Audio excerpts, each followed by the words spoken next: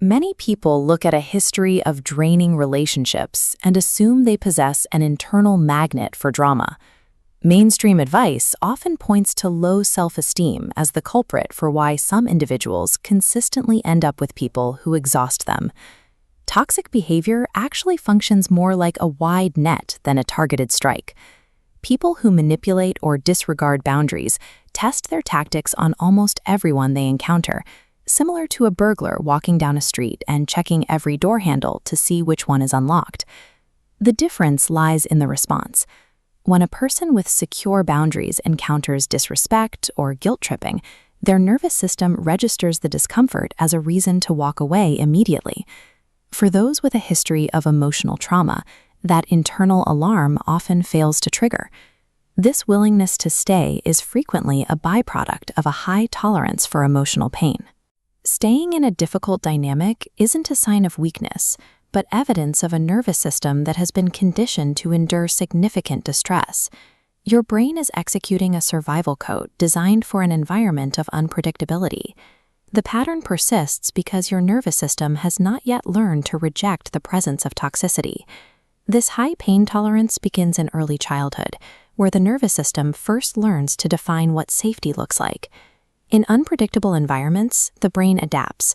It merges the neural pathways for love and connection with stress and fear, outputting a single feeling: home.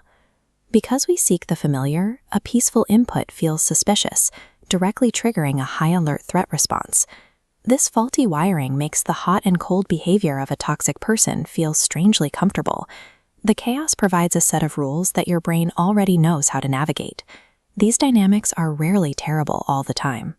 Affection is given and then suddenly withdrawn, a pattern known as intermittent reinforcement. It is the same psychological mechanism that makes slot machines so difficult to walk away from. The brain's reward center doesn't actually provide the largest dopamine hit when love is received. The spike occurs while you are anticipating the reward after a period of being ignored. Over time, the human brain becomes biologically dependent on the relief that follows a long period of tension. This chemical surge is easily misinterpreted as intense romantic chemistry. Beyond the chemical addiction, a hidden identity trap keeps the cycle firmly in place. This pattern often begins with conditional positive regard, a psychological concept learned when a child's value is tied entirely to their actions. If praised for being the easy child or managing adult problems, you learned that love requires providing value or fixing what is broken. This deep belief transforms a toxic partner into a project. Solving their problems or managing their emotions offers a predictable way to feel in control of an otherwise chaotic situation. You might find yourself overextending your energy as an ultimate emotional caretaker.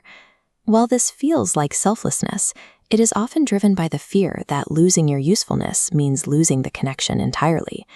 This drive is fueled by a quiet terror of being easily replaced. You endure disrespect and boundary violations in an attempt to prove your worth through endurance. Stepping in to save someone repeatedly is a subconscious strategy to make yourself so essential that you finally become irreplaceable. Since these patterns are rooted in the nervous system's definition of safety, breaking the cycle requires more than just analyzing the other person's behavior. The focus must shift toward resetting your own internal responses. This change begins at the point of total exhaustion. It's the moment you realize that carrying the emotional weight of another person has left you completely depleted. Healing involves teaching your mind that you are allowed to rest. You can begin to accept that love is not something that must be earned through suffering or constant fixing.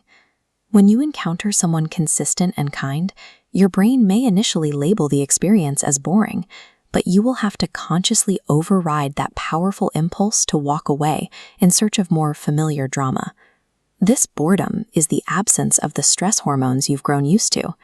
In this new framework, a red flag is a signal to end a connection rather than an invitation to improve it. You are a human being, not a rehabilitation center for others. But by redirecting your deep empathy toward yourself, you can finally become a safe haven for your own peace.